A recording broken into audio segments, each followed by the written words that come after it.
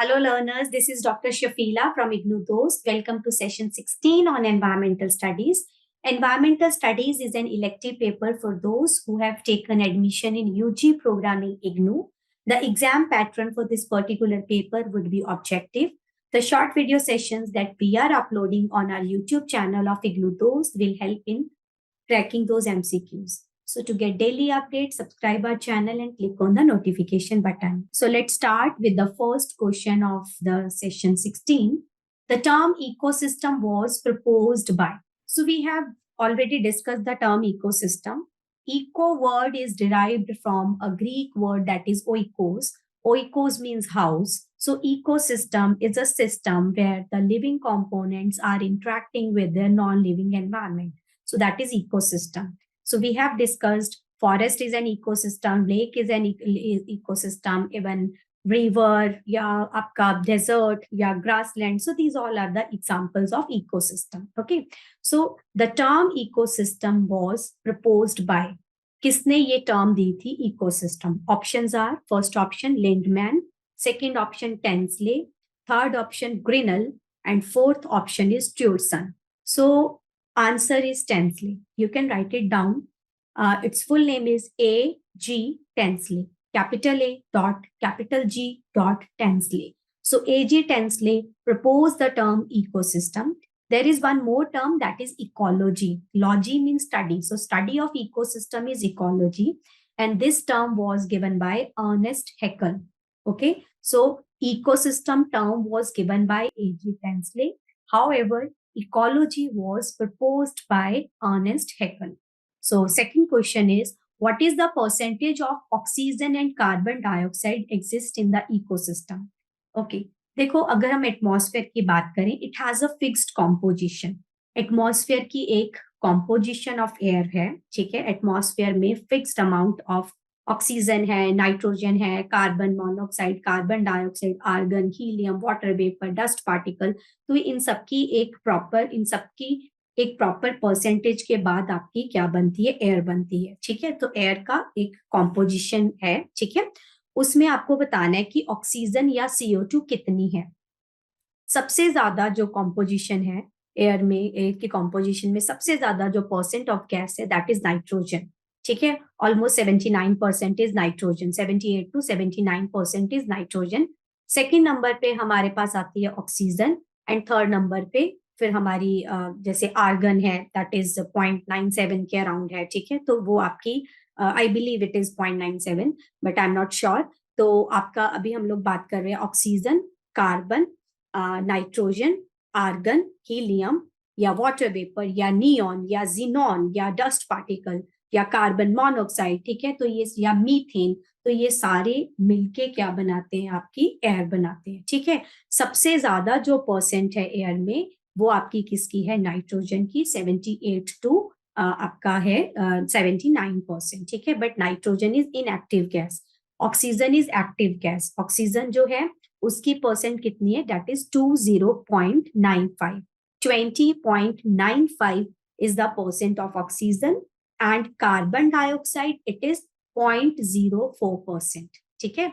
Earlier it was 0.03%, but because of obviously हम लोगों की एक्टिविटीज के कारण, बिकॉज ऑफ ह्यूमन और मैन मेड एक्टिविटीज, हमारी एयर में कार्बन डाइऑक्साइड की जो अमाउंट है वो इंक्रीज हो चुकी है. So it has increased from 0.03% to 0.04%. So now when we write the composition of air, we do write the percent of carbon dioxide as 0.04% instead of 0.03%. Okay. So oxygen is 20.95%. Nitrogen is 78 to 79%. और first number पे nitrogen, second number पे oxygen, third number पे I believe it is argon, ठीक है. तो ये आपका composition of air है. Then which of the following is the smallest artificial ecosystem that has sustained for a long period? Okay. देखो अगर हम इकोसिस्टम की बात करें, इकोसिस्टम दो तरह के होते हैं, एक नेचुरल इकोसिस्टम है और एक आर्टिफिशियल है. Natural where there is no human interference required, artificial जहां पे ह्यूमन इंटरफेरेंस की जरूरत है to sustain that particular ecosystem, ठीक है. सो अगर हम नेचुरल इकोसिस्टम की बात करें, like forest is a natural ecosystem, क्योंकि फॉरेस्ट में जाके तुम लोगों ने फॉरेस्ट को पानी नहीं देना, वहां पे उसकी कोई तुम्हें फर्टिलाइजर या तुम्हें कोई पेस्टिसाइड अप्लाई नहीं करना, so forest is a natural ecosystem. Even pond is a natural ecosystem, river is a natural ecosystem, desert is a natural ecosystem, जहाँ पे there is no human interference required. However, if we talk about kitchen garden, घर का जो आपका garden है, kitchen garden, वहां के पौधों को अगर तुम पानी ना दो, उस पे तुम अगर उसको मैन्योर ना दो, तो वो शायद आपके जो पौधे हैं वो खराब हो जाएंगे. दो they require human interference, those are known as artificial ecosystem. आपका जो एक्वेरियम है घर पे, अगर तुम फिशेस को फीड ना दो, इट विल डाई, है ना, फिशेस जो है दे विल डाई. इवन आपका जो अगर वहां पे आप उसको ऑक्सीजन प्रॉपरली, पानी का सर्कुलेशन ना हो, देन अगेन आपका जो एक्वेरियम है वो खराब हो जाएगा. So this is again an example of artificial ecosystem. अब जो क्वेश्चन है वो ये कह रहा है, इनमें से कौन सा स्मॉलेस्ट आर्टिफिशियल इकोसिस्टम है. ठीक है, अब देखो ये आप अगर हम इसमें ऑप्शन देखें, Folsom pond, Folsom bottle, Folsom stream. ठीक है, फॉल्सम पॉन्ड जो है it is in US, Folsom stream again in US. So pond and stream are the natural ecosystem. Pond है या स्ट्रीम है, they are the natural ecosystem and both are the fresh water ecosystem. दोनों का जो पानी है वो fresh water है. ठीक है, सो अगर हम फॉल्सम बॉटल की बात करें, the picture that is shown in the on the screen, ये सिर्फ एक एग्जाम्पल है, ये फॉल्सम बॉटल नहीं है एग्जैक्टली. सो ये एक एग्जाम्पल है, मैंने जो पिक्चर यहाँ पे लगाई है. Folsom bottle was created by Claire Folsom. और जो मतलब बॉटल के अंदर पौधे लगाना, तुम बॉटल के अंदर थोड़ा सॉइल डालो, उसमें तुम थोड़ा पानी मॉइस्चर डालो और तुम पौधा लगा दो, उसको तो हल्के से एक दो उसमें पोर्स मतलब छेद कर दो, होल्स कर दो, देन वो अपने आप में वो एक इकोसिस्टम बन जाएगा. उसको तुम बंद भी कर दो ना, कवर भी कर दो, स्टिल दैट बॉटल जो है वो उसके अंदर जो प्लांट है इट विल सस्टेन. ठीक है, वो धीरे धीरे अपने आप में कई बार इकोसिस्टम खुद से बन जाता है. इसको हम टेरेरियम भी बोलते हैं. जो ये फोटो आपको स्क्रीन पे दिख रही है, दिस इज बेसिकली टेरेरियम. ठीक है, सो बॉटल में इकोसिस्टम बनाना, एक ऐसा सिस्टम जो कि सेल्फ सस्टेन्ड रहेगा for the long period of time, that is terrarium. The concept जो बनाने का है उसको टेरेरियम बोलते हैं. लेकिन ये कह रहे हैं कि इनमें से कौन सा स्मॉलेस्ट आर्टिफिशियल इकोसिस्टम है. सो बॉटल के अंदर ecosystem banana is artificial process. हाँ, वो जो प्रोसेस है जो बनता है दैट इज टेरेरियम, लेकिन आंसर इसका आएगा फॉल्सम बॉटल. सो बॉटल के अंदर अगर तुम कोई इकोसिस्टम बनाते हो, सो दैट इज आर्टिफिशियल और वो सबसे छोटा इकोसिस्टम होता है. ठीक है, so answer is B. Coming to the next question, the group of species exploit the biotic and abiotic resources in the same way.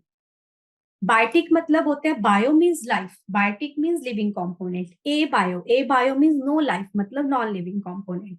So biotic component, living component में आपके एनिमल्स, प्लांट्स, बर्ड्स, तो those are the biotic. Abiotic मतलब non living, मतलब आपके minerals या आपके sunlight या moisture या वाटर या soil, so these are the abiotic.